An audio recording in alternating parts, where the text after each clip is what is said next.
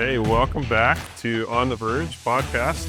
Today is Tuesday, September 9th. Glad to have everybody back. This is your Truth in Podcasts and your conservative voice of Southern Oregon. And believe me, we have competition, and it's not in a conservative way. So, hey, a few things before I introduce my guests for today. I want to cover our sponsors. First off, Twin Peaks Off Road is one of the sponsors of this podcast. Diamond Lake Mini Storage is another sponsor for this podcast. You'll see a commercial for them here in a little while. And of course, Little Mill Media is the producers of this show. Justin down here, and like I tell everybody every week, if you don't like my podcast, that's okay. You don't have to watch us. In fact, if you don't like our podcast, please don't watch us. But come and see Justin down here because he can put together a podcast for you. It's not that expensive, and you can talk about anything you want. So that's what we're going to do tonight. We're going to talk about whatever we want. So with that said, I would like to introduce my guests. And to my left here is Mr. Alek Skarlatos. Alek, who are you? What do you do? I'm a state representative. I represent House District 4, which is just south of Virgil's district. My district is far superior to Virgil's district, but, it's okay. I'll still go on his podcast regardless. Let me guess. The most beautiful district in Oregon. No, not the most beautiful, just the best. Oh, the best. The best district in Oregon. Yeah. Where's that? And to my right, our co-host of the show. I used to call my guest. I don't know why I call you. You're not my guest. You're my co-host. Who are you?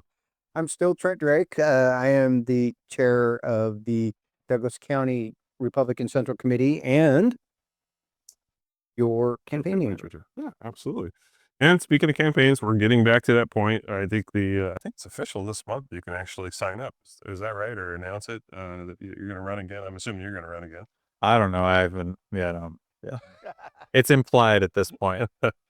I've already kind of announced on Facebook that I'm going to run again, and that my plan is we're gonna hit the campaign trail pretty hard. And for me, campaigning is this is part of it. I mean, this is what we do. It's working with the public, showing the public what we can do and what we can do to help. And you've got many more years of campaigning experience than I do because you ran for some federal positions. In fact, what all positions have you ran for? Well, if we're going to go down the list, I ran for county commissioner in 2018 for Douglas County. Actually came really close, but Tom Kress beat me. I'm still bitter about that. Tom, if you're watching this. And then I ran for Congress twice, once against Peter DeFazio. Yeah. And then after he retired and they redistricted Val Hoyle, unfortunately, after redistricting, it was just not a winnable race. And then I decided I'd better get elected to something and have some real world experience. So I decided to go for the 4th House District. Once Goodwin announced that she was going to run for the state Senate. And so I won that race, and here I am. So I love it.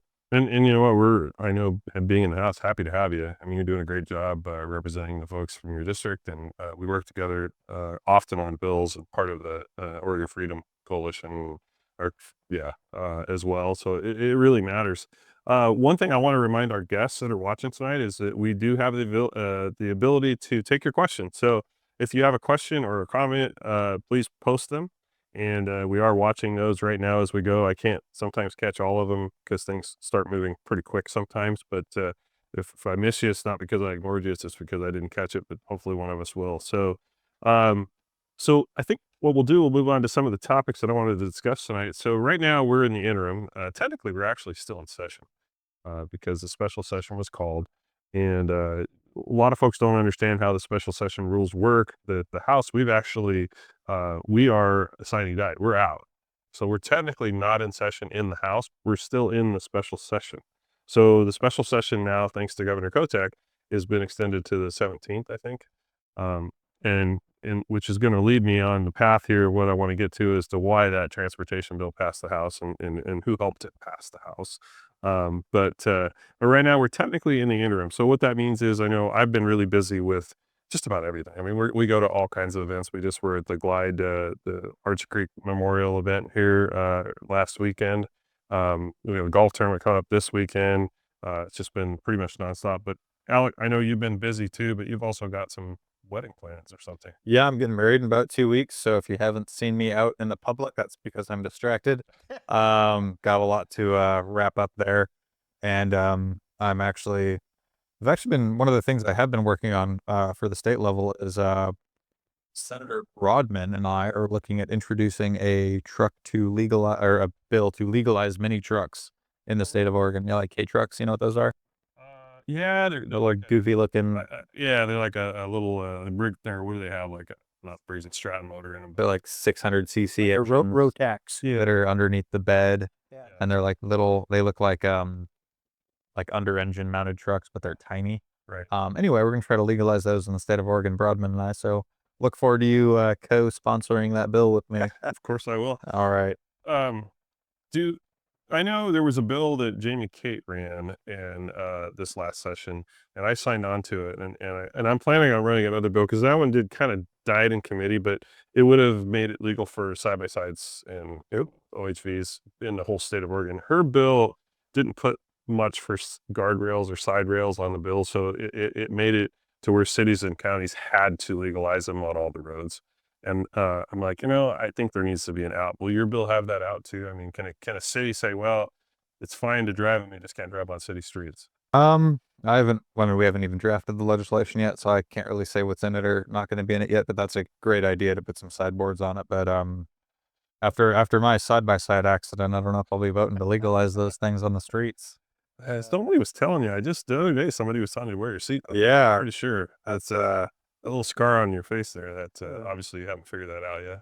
No, not yet, and I probably won't. It'll probably take a few more, but Those are all over the island of Hawaii. I been going over there every year, and those little things the contractors use them everywhere over there. well, I drive mine on the street regardless because I've got like 3 driveways, and on my property, I gotta drive on the actual street to get to my other driveways and other parts of the property. It's the quickest way to do it. So I guess technically someone could pull me over for that, right? Oh, yeah, they could, but not likely in Douglas County. Good. So I have a comment here, question. This is from Ashley Roachcliffe. What a name. Do you still have to show up in Salem until the Senate votes? And the answer to that question is no. There is every day in Salem right now. The House does have to gavel in, and the Senate gavels in and out also. And it's just procedural, but nobody has to be there. At least they told us we didn't have to be there. So hopefully they didn't change their mind and not tell us. But we're not. No, we are not there. There is no business on the floor being conducted. There is no committee meetings being conducted today. We did our job. We passed it out of the House. Yeah, we Now passed it's it out of the House. Senate, unfortunately. So, and then Dave Williams, how do we make things fair? I hear you guys bitching, but what good does it do? Well, it doesn't do any good, really, but at least we're upset about the transportation package. Well, I mean, we need more Republicans to get elected if we're going to stop any of this stuff. And Yeah. unfortunately, that's even hard to do because the Democrats control the redistricting process. So even if we had, even if the state was 50% Republican, 50% Democrat, if they are still in power when they get to draw the maps, they could draw more Democrats in the districts and still maintain control. Yeah. So there are some things that they can do, and I shared with this earlier. We're doing a email campaign to all the senators to just email them, blow their emails up. Please vote no on the transportation bill. We don't want it. 90% of Oregonians said we don't want this. the Democrats didn't even want to vote for it, Yeah. and a lot of them voted for it with a gun to their head, basically. So you can get all of their information off of Oregon.gov. Just go through each one, take a little bit, and email each one. Well, Give them a reason. And I do believe, this is maybe me being overly optimistic, maybe not, but I do believe there's a point where bad policy starts to hurt everybody. And I feel like obviously we've had 39 years of bad policy anyway, but now we're getting to that point where they're going to hurt themselves. Just for an example, Portland is losing population as fast as people can leave it. Right. And they're also losing businesses. So they can't afford their taxes. They can't, that city costs money to conduct business there. And that's just one of 1,000 examples across the state. So I think part of to answer your question is that we have to keep bitching, we have to keep trying, we have to keep fighting. And believe me, I hate losing. I'm not a good loser. I like to win. But what do we do?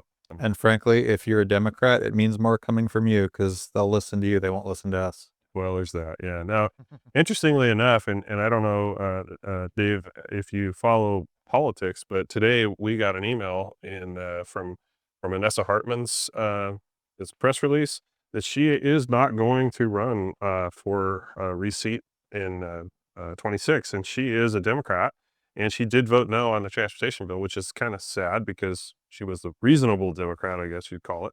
But she's running for commissioner, so there's an open seat.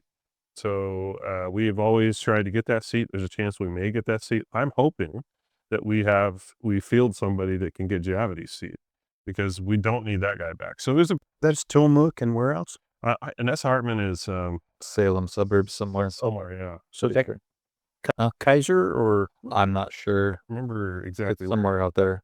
It's winnable. I mean, Yeah. it's a winnable Republican seat. And then I see Ashley Roachcliffe said here, we need to better vet Republicans so we don't have more of the guy that switched parties. I'm into that. Yeah. So we're going to talk about that guy here in just a minute. We're not very happy with that guy. And in fact, we'll just go ahead and well, first I want to get into another topic real quick. This seems to keep hitting my social media. And I mentioned to you guys earlier, I have Democrats coming on my not coming on my social media. They do it behind my back because they don't want to face me in public or, whatever, that's fine. But they talk about how unfair it is that I hosted a town hall online. Oh, well, we didn't get a chance to come and complain. And well, that's not true. If you want to come to our town halls, or for that matter, any of our podcasts, be my guest. Complain in the comments right now. Yeah. I will read them if Virgil won't. Bring on that. I'm fine with that. What I don't, so anyway, so then it occurred to me today that I think, hey, I wonder who all is doing online town halls. And of course the whole Cliff Bentz thing had popped up. But when I just put in online town hall into my social media and searched it, guess what I come up with? I come up with every Democrat that's ran against me, Kevin Bell, August Warren, whatever the name was. They both had town hall meetings like weekly for the last 6 weeks or so. So it's like, I mean, go ahead, guys, keep complaining. That's fine. We'll keep doing what we do. We're not discriminatory here. If you can be a Democrat, you're welcome to come on my show. I don't care. We do tell the truth, and we're not gonna sugarcoat anything, and we're not going to lie to the people, because that's not what we're here for. So I have no issue at all with Democrats. I have issues with bad policies. And I think in Douglas County, we have, frankly, our Democrats are not really the kind of Democrats that we see in, up in Portland. Right. They don't seem to care that much about some of the same things. But what's your thoughts, Al? I mean, yeah, I would agree with most of that. I have some issues with Democrats myself, but I'll speak for myself on that one. I did want to get Dave asked another good question about redistricting. I think bump up a little bit. One more. There we go. So we're screwed. The district map sucks. How do we fix it? That is a great question. So what we really need to do in this state before the next redistricting is we need to run it as a ballot measure to get an independent redistricting commission. And there's a lot of specific ways that you can word that. We need to word it to where they're not appointed by the governor. Maybe each party appoints someone, and basically they all have to sign off on the map for it to go. Because again, right now with the legislature drawing the maps, if the legislature doesn't agree, it just goes to the Secretary of State. So Yeah. there's no real good way for us to do it right now. And even though there's still a lot of potential for the Democrats to hijack a independent redistricting commission, the states that have them are usually just not quite as terribly gerrymandered. Right. So if we have 6 seats, it would look more like 4 Democrat, 2 Republican instead of 5 Democrat, 1 Republican. Well, right. And then we all know what happened in 22 when then Speaker Kotek screwed over House Rep Drazen, Leader Drazen. And there was a deal made and promises were made, and then they kicked her off and went ahead and did whatever they wanted to do anyway. And frankly, it's borderline unconstitutional. And maybe it is some of the stuff. And the woman that drew the maps, Salinas, ended up running for Congress in a seat that she drew for herself. So there's all sorts of problems when the legislature does it. Really, it really is. One thing I want to touch on real quick here before we go to a commercial break is I had a phone call today and some discussion about the potential of a referendum being put on the ballot if this transportation bill passes out of the Senate. Right. And that's a very real thing. I could not find the PAC name. I tried today to see which PAC was already collecting money for it. Lobbies all over it. Uh, Former Senator Boquist, I think, was the one that initiated it, along with actually Jeff Helfrich, I think, was involved with it right up front, as well as some others. But I guess if there's anything I can say about the transportation package, other than I know it's super bad, there is hope at the end of the tunnel, because this is such a horrific tax that as long as when we say, hey guys, we need your help, it's time, we're going to have to collect 75,000 plus signatures in a matter of less than 60 days. So, and doing that, we'll get it on the ballot. And I'm looking at what I've seen. We have 90 days if the governor signs the bill when it passes, but likely she'll drag her feet for 30 because she can, then we'll have 60. If she does that, that's one more reason to vote her out.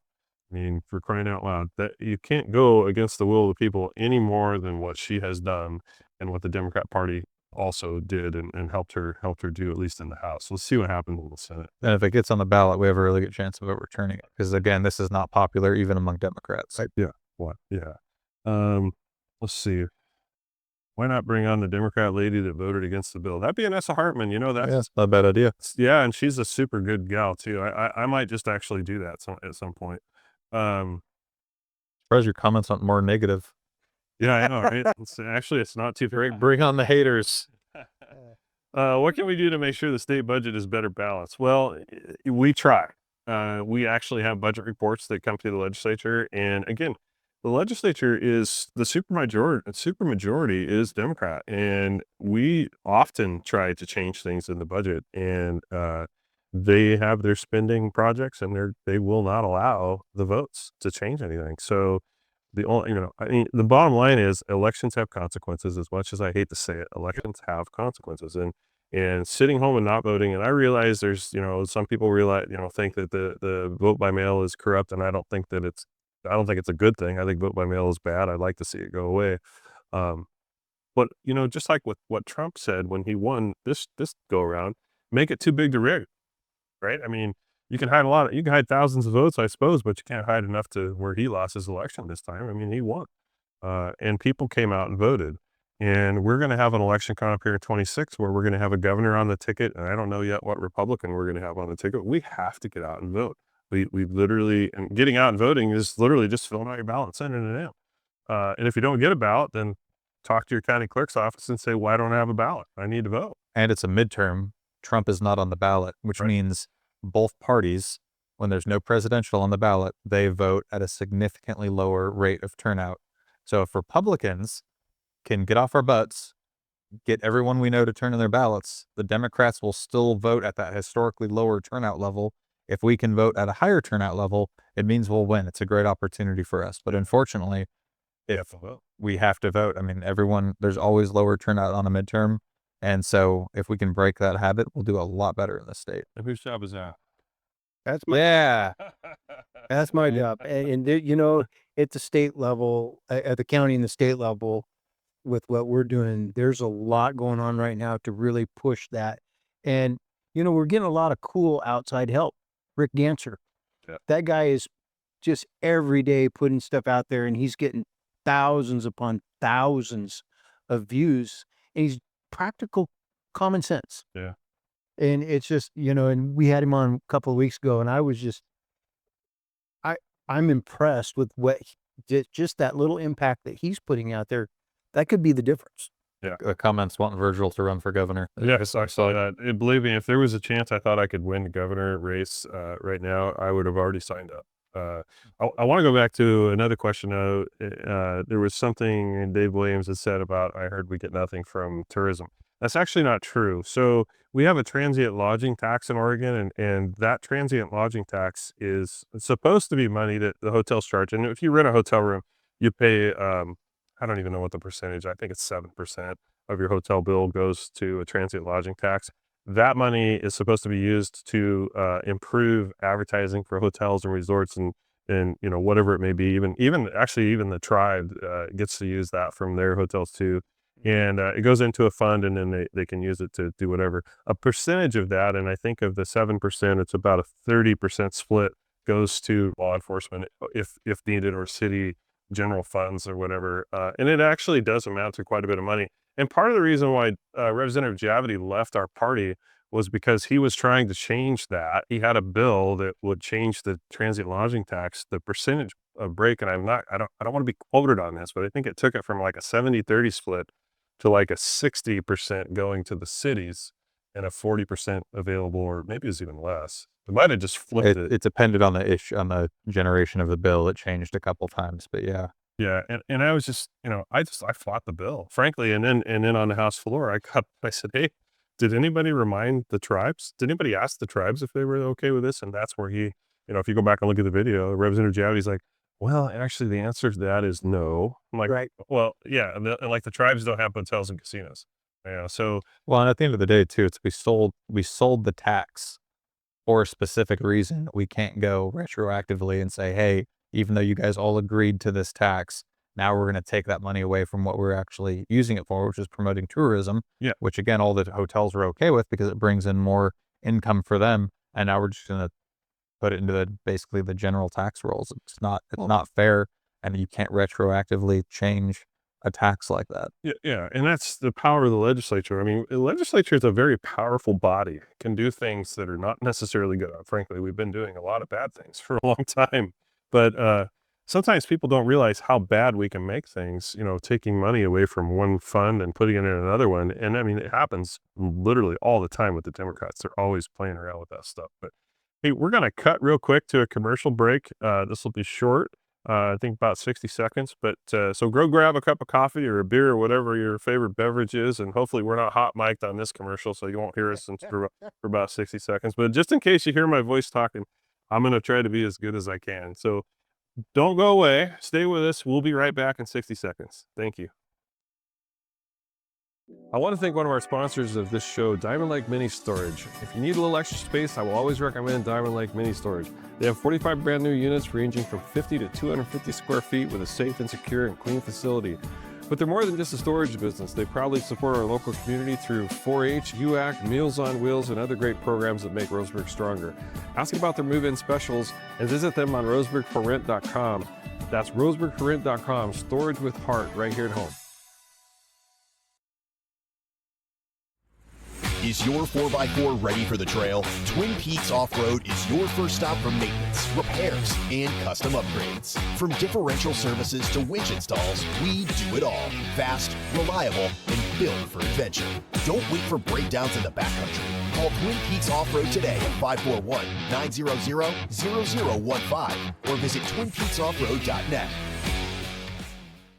Keep your 4x4 off the roads and in the adventure. Everybody, welcome back to On the Verge, the Truth in Podcast, your Southern Oregon conservative voice, or your voice of conservative.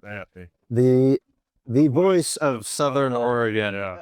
not just conservative, just the voice. Period. I try to make notes to myself, so I read the same thing every week, and sometimes I don't do a great job. I get busy. So yeah, we've been talking about all kinds of fun stuff today and stuff that really does matter to this community, and we're going to keep on doing that. Let's see. So let's talk about Representative Javity. He's next on my list, and I'll start this out with, you will not hear me bad mouthing a Republican, which is why I'm glad he switched to the Democrat Party. But I don't, my Republican colleagues do some things that I don't agree with, and the point is, we're part of a team. So you're only as good as your weakest player on your team. And I mean, we can go into all of the ideals and why I feel the way I feel, but I just don't think it's good policy to go out there and badmouth a Republican. Now, in Representative Javity's case, he crossed the line. So when he had his, I think it was Medina or whoever interviewed him today, and he's put out a couple statements as to how bad his party that he was part of, we all sat in the same caucus room together. He just basically threw us under the bus. So he's no longer a Republican, and I don't have a problem with badmouthing him a little bit. And when I say badmouth, I'm not going to lie about him. I'm just going to tell you exactly what he did, because he was part of our team.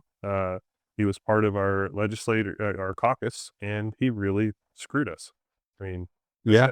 And I mean, on top of that, we all agreed as a caucus that the one thing, no matter how conservative we are or how moderate we are, we would always vote no on a tax increase. Right. And that was the one thing we all agreed on, and even that he couldn't do.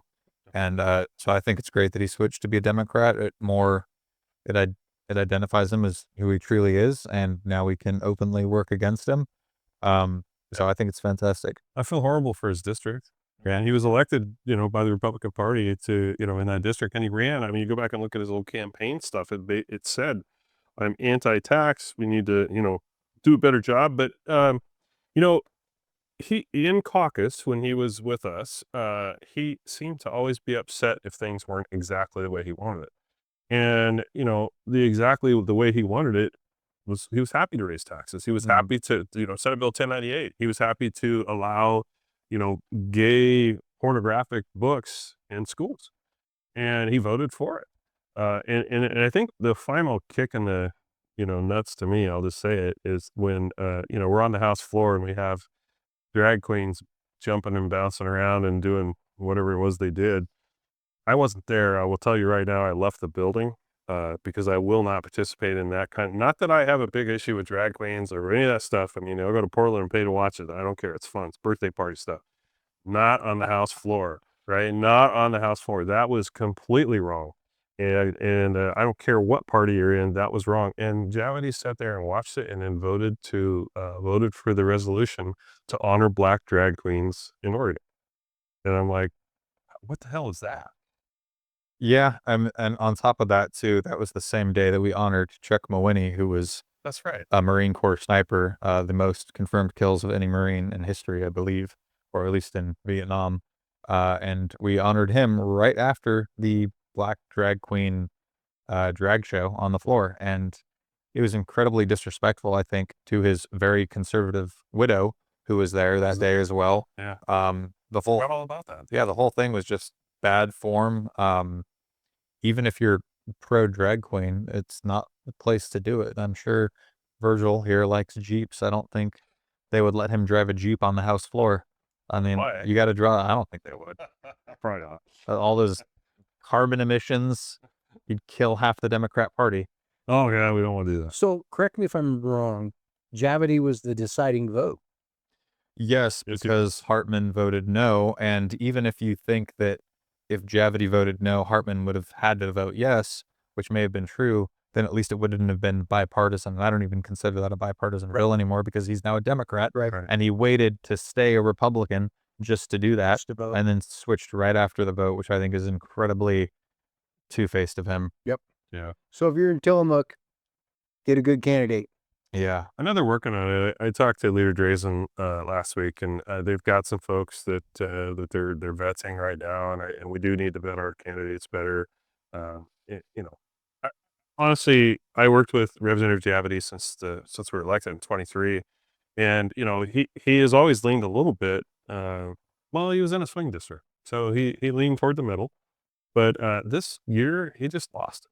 I mean, he just went Yeah. over the edge. It's expected for some Republicans to be a little bit squishy if they're in a squishy district, but Yeah. you can't be that bad. And again, the more red your district is, the more conservative you should be. Right. But again, even as a baseline, bare minimum Republican, Javity wasn't pulling his weight. No, he really wasn't. He voted with the, and we could say that about others too, but he voted. We could say that about others, but we can't. A couple things coming in here. Let's hit All right, that works. first. Yeah, Eric Lindquist is saying, where are we on specialized triggers, not auto shear replacement parts? And you know what? We got just the guy here to answer that question. Yes. So, first of all, auto sear replacement parts are still federally legal, but they are now also going to be illegal in the state of Oregon. I believe that whole bill goes into effect in March of 2026, and that also includes the specialized triggers that you referenced, which would include things like forced reset triggers, super safeties, a bunch of other ones, bump stocks. It's a whole thing. They also, of course, include 30 round magazines, or I think anything over 10 rounds actually in that same bill. And the reason they delayed it until March of 26 was to give it time to go through the courts and to basically vet the thing and see if it'll stand up to a court challenge. So hopefully it gets shot down in the courts. If not, Oregon's about to be a lot less gun friendly than we thought. And so it's kind of a shame. But yeah, all that is now going to be illegal in the state of Oregon, still legal federally. I think they were also waiting to isn't because Measure 114 is being changed, that this bill doesn't go into effect, unless, 114 is found constitutional or something along those lines, I think is what I heard. Eric says, double tap style. I don't know what that means, but I I don't know think what he's double tap means. I think he's implying force reset triggers. I actually know exactly Um, what double tap means. yeah, but any trigger that would assist you. I mean, they pretty much covered everything. Glock switches, auto sears, force reset triggers, super safeties. Like I said, they pretty much banned almost anything that they could. So it's whatever you're implying is probably going to be illegal. Oh, Franklin, yes, that's a forced reset trigger. So yes, that would be illegal. That would be illegal. Yes. Yeah. I consider double tap as being conservative with your bullets instead of going full RA, just double taps all you need. I think pretty yeah. Yeah. We won't get into that. You know much more about that than I do, I'm sure. Let's see. So there's a comment here about should follow the money for Javity. I have to tell you, that was one of the first things that I looked at, and I've spoken to a few different folks that are in the know. I think that Representative Javity, he had an issue with Highway 6, which is the highway that goes over to Tillamook from the Central Valley. And Highway 6 is in pretty bad shape. And I think that there was some money probably dangling there to get that done if he was to vote yes on it. So I don't know. It's just not a hill to die on, but maybe that's how he did. I think the rest of it was pure ego. I think it was, I think there was a lot of ego, and I think there was a lot of, I don't even know if he understood what he did. I mean, because what he did was, the timing was awful, and I don't really think the Democrat Party is going to embrace it. Well, and here's the issue too, is that you talk about money dangling, in exchange for a vote, basically, or, just to bring money into his district and keep the highway open. That's an issue for every Yeah. representative in the state of Oregon, even the Democrats that weren't supporting the bill. Right. You have to put your principles over what you think is going to help even your district a lot of times, because if everyone just voted in the best interest of their district, I mean, everyone's taxes would go up. I mean, and that's the issue. If Democrats can just promise someone something Right. and get them to flip on a vote, that one individual, that one representative is going to be screwing the rest of the state so that they can get $1 million a year for some road project or to put their name on a bridge or something stupid like that. So it's just not a way to govern. It's not good policy, and it's not something we should ever do, period. Well, I think it falls into that the line of decisions that I make. I mean, obviously it has to be morally correct. Are you comfortable with it? And that's obviously number one. And then you just go down the line. Is it good for you? Is it good for the district that you represent? And then is it good for the state? I mean, there's 4 million people in the state. I mean, I only have 110,000, and not even that. I have 77,000 in the district that I represent. I don't want to screw my district at all. And I damn sure don't want to screw the rest of the state in lieu of, that, I honestly, even though we represent roughly 77,000, 76,000 people, I know that in his district, there were more people that were against that bill. Just like in this district, there were way more people against it than there were for it. So I don't know if it's an ego thing. I don't know, but boy, he is really catching hell on social media. And at the end of the day, if ODOT wanted to fund that section of road, they could have cut a bunch of DEI employees from their roster, Yeah. a bunch of HR people. It's a very top heavy organization. Yeah. They could have done a lot of trimming of the fat if that's what they wanted to do without making Oregonians' taxes go up. And that's what the Republican plan was. We submitted that plan and the Democrats shot it down. So don't need to make it too partisan, but we tried. Yeah, I know. I mean, it gets partisan at that point. Yeah. Well, and then also the way it's written now, a bulk of that money that this goes through, it really doesn't go to the highway projects, and Nope. it's all administrative Overhead. upper end. Yeah. Well, and there's 360 million, I think, scheduled for COLA and pay raise increases and, Yep. On down the ladder. The state has a lot of issues. And, the thing, when you look at this picture as a whole, in my mind, it's like you have these unions, you have they continue to push and push and push, pay more, do less, pay more DEI, more. And I mean, there's a degree of that stuff that has to happen, but there also has to be an end. Yep. I mean, we can't just keep paying more money. I mean, our car registration is going to double. Imagine what it's like in California when you're paying, 8% of the value of your car at registration time, and you're driving a $30,000 car. I mean, it's gonna go, we're gonna continue to go up that ladder. If you go to California, you'll notice the highways and roads look like crap. They don't fix them. So all that money that's coming in is going to fund whatever, a lot of it's climate protection crap, and a lot of this was climate protection. That whole entire section of that bill should be just wiped. Well, and there's the whole problem with union members in general, because you're basically using taxpayer dollars to fund Democrat Party politics. And what I mean by that is Democrats lobby the government using your tax dollars to hire more union members. Yeah. Those unions, especially the public sector ones, give money exclusively to the Democrat Party, and it therefore creates more union members. It's a giant circle that just keeps going. And I mean, before session ended, we had kind of a compromise bill come to the floor. And, because originally a lot of Democrats didn't want to vote for the transportation package because it increased taxes too much. Mhm. And so then they came out with a compromise bill. And then a lot of Democrats on the other end of the spectrum didn't want to vote for that because it didn't create enough union jobs. Yeah. And so, I mean, it's like you can't make them happy unless you give them whatever they think that they deserve. And unfortunately, every Oregonian is going to be paying for that when this bill gets signed into law in the form of registration and gas tax. It's stupid. And it will hopefully, well, I'm sure it will. It'll be challenged. It'll end up on a ballot. But it'll fail miserably, and no, the law does not go into effect if it's being challenged. Right. So it will not. You're not going to be paying that extra tax until it doesn't pass, or if it passes at the ballot. But anyway, yeah, I see a lot of really bad happening. The local Democrats here are focused on unions as well. I watch some of their podcast stuff, and I just go, why? What are you doing? They don't even understand the unions. I mean, I saw some stuff the other day. They were talking about a loggers union. Like, there is no loggers union. There's a mill workers union. Yep. There is no loggers union, because guess what? Loggers are just tough. They go out and they work in the woods and they do their job, and they get paid to do their job. What are you saying about the mill workers, Virgil? Well, I think the mill workers are. Well, I used to be one, so I think the mill workers. And again, I'm not going to do it or tough, but I wasn't referring to unions in general. I'm talking about public sector unions, specifically things like SEIU, yeah, NEA. yeah. Don't you find it funny that a union, the public sector unions, are one of the larger beneficiaries of your tax dollar? Yeah, it's not a coincidence. Yeah, it's like, and where that could be spent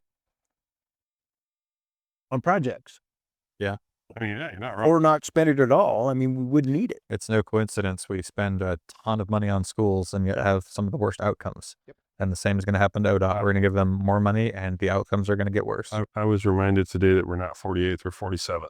Anything else? Yeah. So I mean, that's something to brag about. But and my old brother reminded me of that. So thank you, Andy. So Allison wrote in, can you introduce a bill to make sure that new bills cannot be larger than 15 to 20 pages? That way we, the people, can read and understand the bill and nothing gets hidden. So in 23, we actually did, I can't remember the name of it. We did change because the Constitution says that the bills have to be readable. And there was a testing level that they had to go through. And we complained every single day of session. We complained that the bills were too complicated, too long, and didn't make common sense. And dang it, I can't think of what the name of that was, but there was actually a name of it.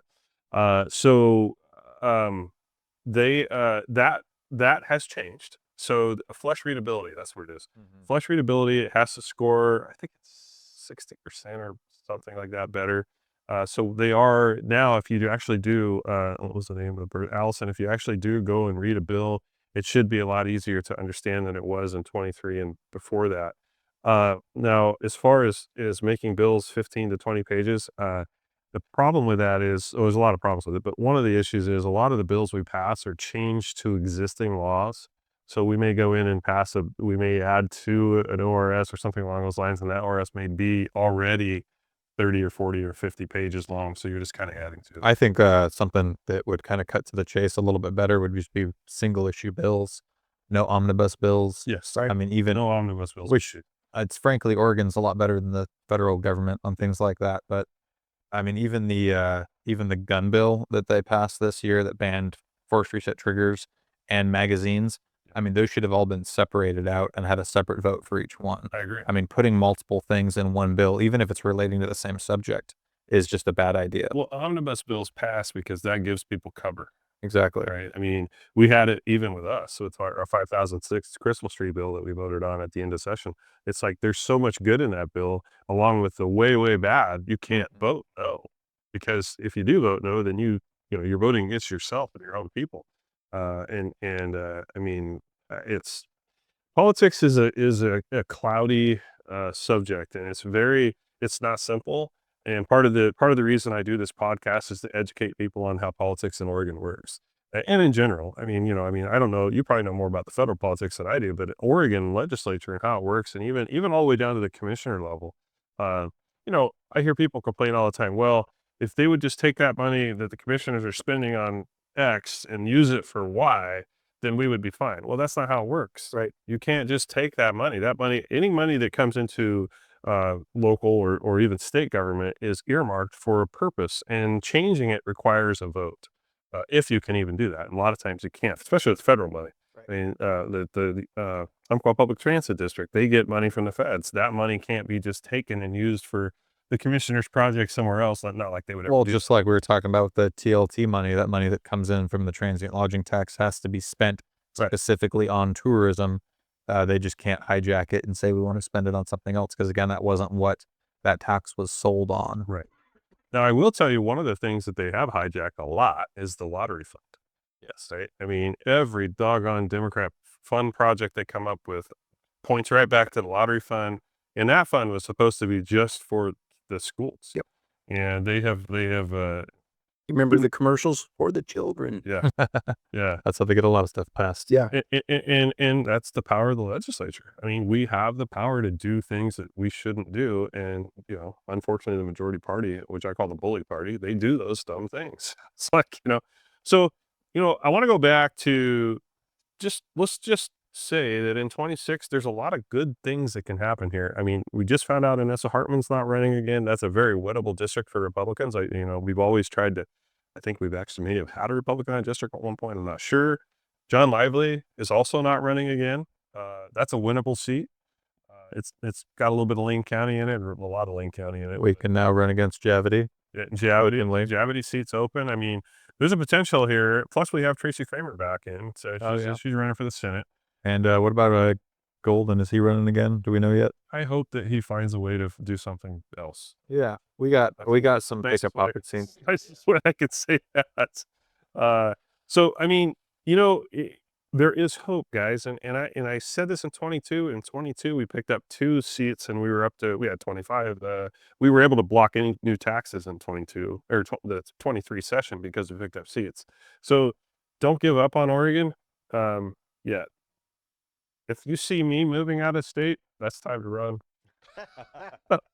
I'm not going anywhere. I mean, I'm going to stay and fight, and we're going to fight the conservative fight because I love this place. I mean, it's where I grew up, and we didn't have homeless issues when I was a kid. We didn't have a lot of the issues we have today, and throwing money down the toilet, I mean, is what we're doing. I mean, I know we've kind of talked about this before, but Oregon only has 4 million people. Right. Yeah. We're the lowest population West Coast state by far.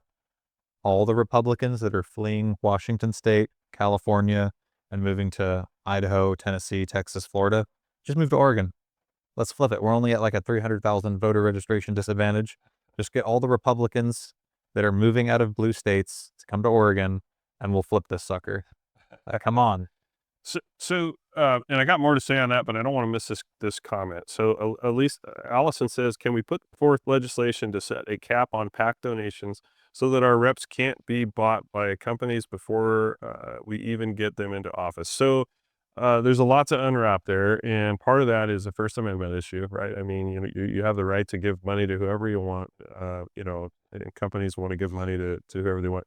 we have to be really careful with passing any kind of legislation that puts caps on, and there is actually campaign finance legislation was passed, and we are changing in 27, and there will be some caps, but you have to be really careful because remember the state is more blue than it is red, at least in the population areas. So whatever you pass for caps, we end up having the same thing, right? So we already are at a disadvantage. So if we have a Republican that can raise, like Shelley Bossart, she can raise $75,000 in a fundraising event, literally, and has in one night, and probably more. That's just one I remember. Um, she doesn't need that money for her race, but she gives it to other Republicans, Right. right? So Well, something else to think about too. We were talking about unions. The problem with laws like that is that it means single donors cannot donate to over a certain amount of money to a certain candidate. Unions are always exempt because they can tie each of their donations back to an individual person's union dues, and they bundle it by the hundreds of thousands of dollars and gives it to the Democrat Party, and they can say it's all from individual donors. We just bundle it basically on their behalf. And so it's I understand what you're trying to get at, and there probably is a better way to write the bill, but it just never works out the way people think. And again, even on the federal level, they have limits on max donations for individuals, and then they just bundle it in forms of PACs, and then they do third-party expenditures. There's no way really around it unless we just ban political advertisements on TV, in print media, and on radio and podcasts, period. and you're hurting yourself. I mean, Exactly. that's the problem. And it obviously would hurt Multnomah County representatives and people on the ballot, but it would also hurt us as well. And so I get it. I mean, people are just frustrated with politics, and they just are just getting tired of getting screwed. And believe me, I am too. Well, and that really is the First Amendment constitutional slippery slope. I mean, you start messing with that, then what? It Well, they did this in '93, I think it was. They passed the Article 2, Section 22 of the Constitution. It said, "Oh yeah, you can only raise campaign funds from your district." And although that's a great idea because it does limit, where you can raise your money, it also limits we're in a rural district. If I'm going up against somebody that's coming out of a different district that has a ton more money, I want to be able to raise money, or whatever we need to do. I don't care where the money comes from. I really kind of have a problem with money coming from out of state. But if Whoa, whoa, whoa, whoa, whoa. well, if it's an organization that's represented in the state, but the money, I mean, maybe their corporate offices in Idaho, I don't know, wherever it is, I don't have a problem with that. I raised a lot of money from out of state when I ran for Congress, That's federal. That's for federal. example, and that is federal. Yeah. But I will say that in Oregon, it's a bad idea for Republicans to be in favor of campaign finance reform for that reason.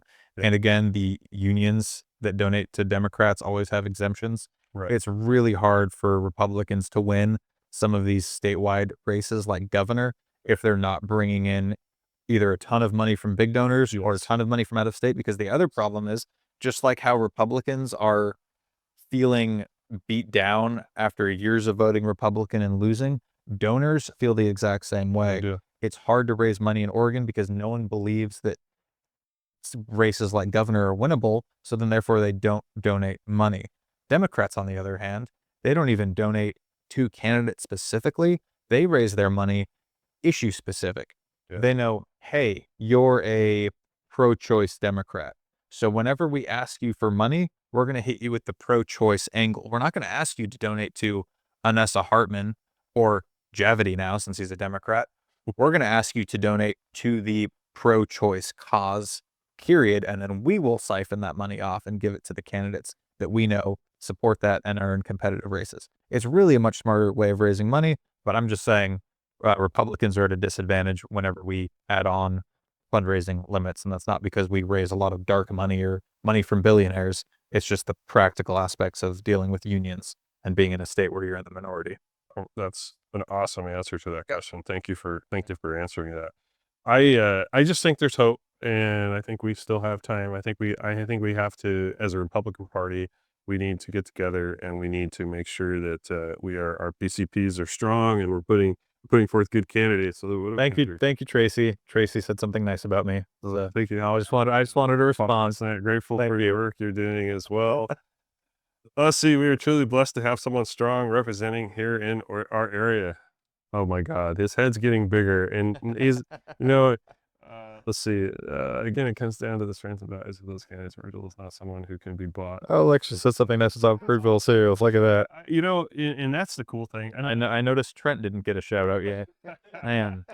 You don't know what I'll do for a beer. Tracy is awesome, and you know what? She's right. We can't be bought. You can't buy me off. I just don't care. I mean, trust me. If I took this position for the money, I'd be a fool.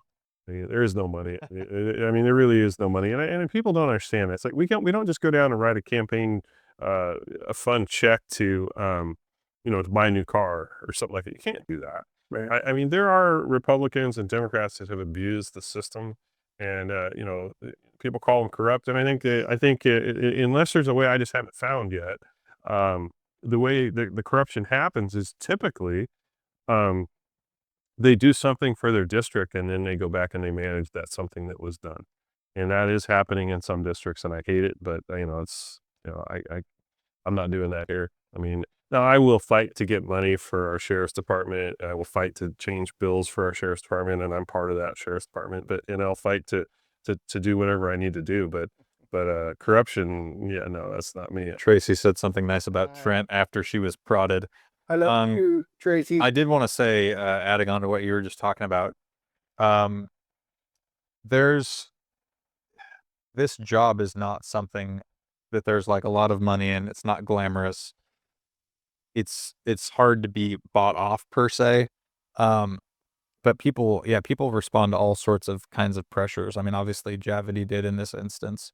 But that's why we need good people. I mean, even in moderate districts, we need solid Republicans. You don't have to be a fire-breathing dragon or the most outspoken person in the world, but you still need, youngster. But I mean, you can have the same principles and values and just be a little bit more soft-spoken about them because you're in a moderate district. We need good people like that. We need the Republican Party, even in moderate districts, to put up candidates that are still conservative. Because I've seen it backfire so much. I mean, we've ran the most moderate candidate I could think of was Newt Bueller when he ran for governor, and he did just as poorly, if not worse, as some of the more conservative candidates we've run for governor. It does not pay off for us. I lost my feed, I think, on my. Oh well. So, well said. And let's see, there was a comment on here I wanted to catch. Doggone it. It said something. Let Trent run the comment. There we go. It says, no money. This is from Eric. No money. How does the past governor have over 200 million? Well, that's a different level. So yeah, okay. Well, for one, it is a different level. But I will also say that it's much like yourself. I mean, I see people come up to you and ask for autographs because of your experience in Paris with the train, and then you were Dancing with the Stars or whatever. And so, I mean, being part of the legislature or being part of something that got you notoriety will open doors that won't necessarily open for everybody. So, I mean, there might be a case where maybe I don't know what the governor does. There's probably a little corruption involved there too. But one of the things that I thought coming to the legislature, I thought, okay, I'm a radical far-right Republican / libertarian.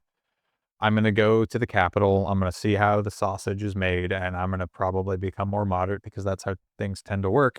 And to be honest with you, after going there and seeing how stupid and corrupt most of these people are, it just made me more radical and more mad.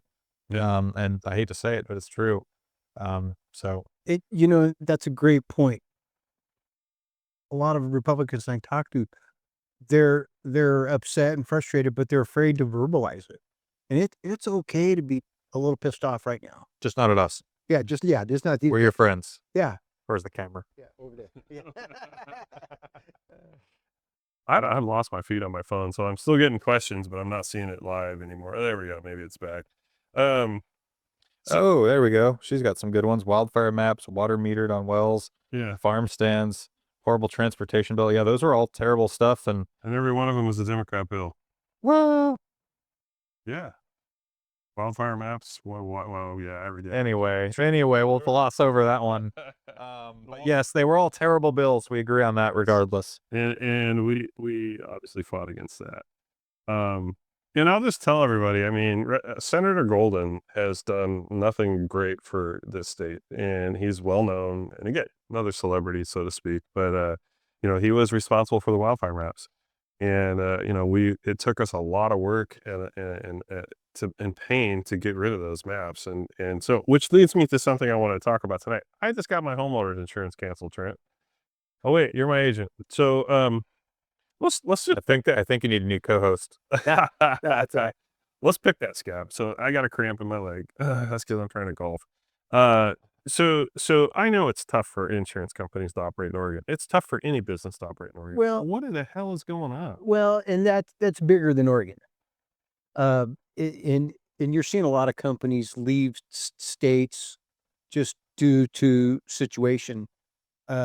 In Oregon's case, it wasn't that particular company didn't leave necessarily just because it was being Oregon. They left that sector of the industry just because it no longer. I heard they left California. They left the entire United States. They're no longer going to do homeowners policies in the U.S. Okay. And so they're non-renewing as they come up. And the reason for that is profitability. They're mandated to be able to stay profitable. Everybody says, the evil empires are the insurance companies, but they're mandated to have money. So if Paradise, California happens, everybody gets paid. That's one of the reasons they have that's why a lot of insurance companies have banks. Sure. That's why they invest in municipal bonds and stuff Pisses like me that. off when I see them advertising that. Yes, I think but it's money not spent. Well, especially in California, they have an insurance commission that sets the rates. Every state, no, that's every state. Yes. Oregon has a commission that sets. Well, the I state. think California's is the worst. Well, but- and yeah. I know the story to that one too, because it affected one of my colleagues who was an extremely large business. Insurance companies, when the money going out the door and claims gets bigger than the money coming in the front door in premium, they have to apply for. They either have to sell or they have to change their rates. Just their profit Exactly. margins have to maintain. And so they go to the state and they go, okay, here's our plan. We have to raise our rates, over this amount of time. And the California State Insurance Commissioner, who was a former state assemblyman, worked with the current governor when he was lieutenant governor, said, nope. And boy, I hope I don't offend anybody, but he said, and I quote, that's racial. Because you're going to make it so certain sectors can't afford insurance.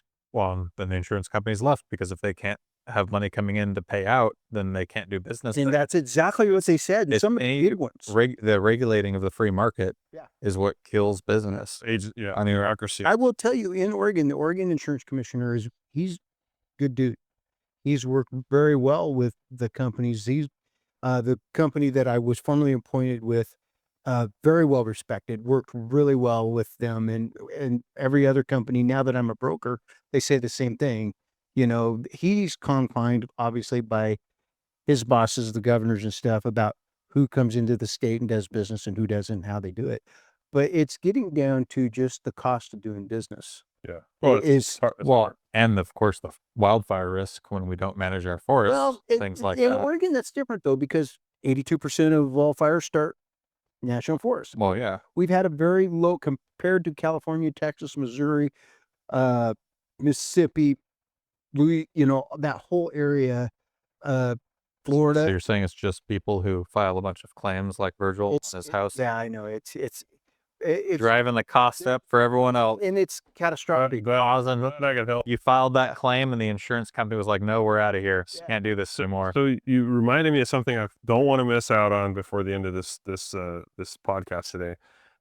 Wildfire. So I had the pleasure of this last week going out with a delegation of folks from South Korea, and they wanted to come to Oregon and see how we deal with wildfire, which was amazing because they learned a lot. We also had a gentleman from Lone Rock, and I don't remember his name, but he kind of handles their forestry there and everything. And we took a drive up the North Umpqua. And if that doesn't make you sick when you go up the North Umpqua because of our federal government and how they have handled that, all those dead snags and stuff still there. But what was amazing and I can't brag enough about these guys, is Lone Rock Timber. I mean, they went in, they already had, so he explained it to us. He had all these logging operations going on. When the fire hit, as soon as they were able to get out of the, danger, they literally were planting trees. Some of the boxes the trees were in were catching fire because the ground was still hot. I mean, they took all of their available resources. They had 300,000 trees and brought them in and they planted and they got them in the ground for that first winter and they're doing amazing. We looked at some of that stuff. 15.8 million acres of timberland in South Korea. I didn't know that. And 66% of it is owned privately, but yet they don't harvest any timber for production. They don't build anything. It's all mostly pine. And they have a horrible wildfire problem going on over there. And they don't know what to do about it, and they don't know how to replant. They don't know, it's a real problem. So it was educational. There wasn't a lot of English spoken between, the 6 or 8 of them and us. You don't speak Korean? No, I don't speak Korean. I'm shocked. But I learned sign language pretty well. But great folks, and we had an interpreter that helped, get us through most of that stuff. But there's a lot of really good things going on here in Southern Oregon when it comes to timber management, but it's happening in the private sector. It's not happening in where it needs to happen, but I'm hoping that Trump administration changes that. I think they will. Well, when we were kids, who were the firefighters? The loggers. The loggers. Yeah. And they were the best. Yeah. Well, I mean, on that point, first of all, my invite to the South Korean delegation must have got lost in the mail. It's okay. Yeah, it did. But I'll say that like it was intentional. No. But I'll say that, the federal government harvests logs, timber. Less than 1% of all burned trees are logged after they're burned while they're still of value. They're usable. And that usually means they're also not replanted. So the federal government is just doing, by basically 99 to 1, a terrible job of managing the federal forest. I'd like to see them come back to the counties or even managed by the state of Oregon. I don't want to give the state of Oregon more power, but give it back to the counties or just privatize it, for God's sakes. I mean, we got to do something. We If the can't counties, do this. if the timber producing counties like ourselves could manage the land, it would be much better. And by the way, I also I got an invite, but really got reminded of it right before. I think it was the night before. It's like, oh yeah, we're going to see you tomorrow, right? I'm like, oh, anyway, I'm glad I went. And that was an interesting meeting. So, hey, we're going to wrap up here pretty soon. Let's see. Michelle, it says if we would manage our forests, the loss of property would decrease, premiums would not go up, companies would stay. I don't care what Trent says. I agree with Michelle. However, that's common sense. Democrats, well, they don't possess that quality. Well, I don't disagree with her. I mean, I'm starting to think that, not present, but Democrats in Douglas County, I'm not picking on them because I think the majority of them, they do own guns and they do log and they do all those things that we all, love to do. It's not, we're fighting a battle with the urban rural divide. We're fighting the battle with Multnomah County, Clackamas County, Washington County. It's not about down here. Well, I think what a lot of people don't realize is a lot of the Democrats, even in Salem, they agree with you on a lot of things. They are not anti-gun, or at least not as anti-gun as they come across. Yeah. They're not as anti-business as a lot of them come across. Some of them own businesses. The problem is the Democrat Party is in a majority, a super majority, and the unions basically own that party. So you'll see Democrats that'll vote yes on something that they would have liked to have voted no because they're getting outside pressure from their party. They'll get kicked off their committee if they don't take the correct vote. And that's They'll lose, they'll lose money for their election campaigns from the unions if they don't vote correctly. I mean, there's all sorts of outside influences that frankly we don't have to deal with because we're in the super minority. And I just want people to realize that, like, a lot of these Democrats aren't bad people, but if they vote, I mean, your voting record is the only thing that matters. I don't care if you're hard to get along with, if you're hard to work with. If you vote correctly as a Republican or even as a Democrat, we're going to get along. Yeah. And because your motivation, your feelings, your intent even don't matter. What matters is the bills that actually pass the House. Yeah. Yeah, you're absolutely right. And we, you're in caucus meetings with us too. You and I have both. I mean, there's been times where I've had to bite my tongue because I don't always. Not about me. No. Other people. About the way some of our folks vote. All right, guys. We are coming to the close of today's podcast. I hope that everybody enjoyed it, got something out of it. We're going to keep doing this. We've been doing it for a long time now. We're not going to stop. Our intention here is to tell the truth about what's really going on in the government and also to educate people on what's happening and how the government really works. So please keep the questions coming. You know, I mean, Alec and I both we're never afraid to answer questions. So don't stop. Again, I want to thank my sponsors, Twin Peaks Off Road and Diamond Lake Mini Storage. And again, I also want to thank the producers, which is Little Mill Media. And like I'll say it again. I always say it. I know it's kind of crude, but if you don't like my podcast, please don't watch it. Come down here, see Justin at Little Mill Media. He will put together a podcast for you. And, you know, good luck to you. Hopefully it works out well for you. Anyway, with that, any closing thoughts, Al? After that, I'm probably going to start my own podcast and compete with On the Verge, and I'll be the better voice of Southern Oregon. You know what? I'm fine with that. I think the more podcasts that conservative Republicans could put out, the better off we are. And you know what? We'll just all share it. We can come to each other's podcasts and talk. It's fine. I do that anyway. In fact, I had to turn down one to come to this one tonight. So, and Trent, any closing thoughts? You know, if you're out there and you're local and you want to get involved with us, private message me on Facebook. We'll sit down and have coffee. I'll tell you what to do next. Right on. Good deal. Well, that's going to wrap it up for today, folks. Again, thank you so much for joining us. We love all of our constituents, and between Alec and I, that's over 140,000 of them, right? So we'll keep doing our jobs, and we love what we do for the state, and we'll let you go with that. We'll see you next week on Tuesday, and I don't know who we're going to have next for a guest. Let's find somebody. I'll come back. Yeah, maybe Alice back. I don't know. If somebody, and again, if somebody wants to be on our show, let me know. So anyway, thank you. Talk to you later.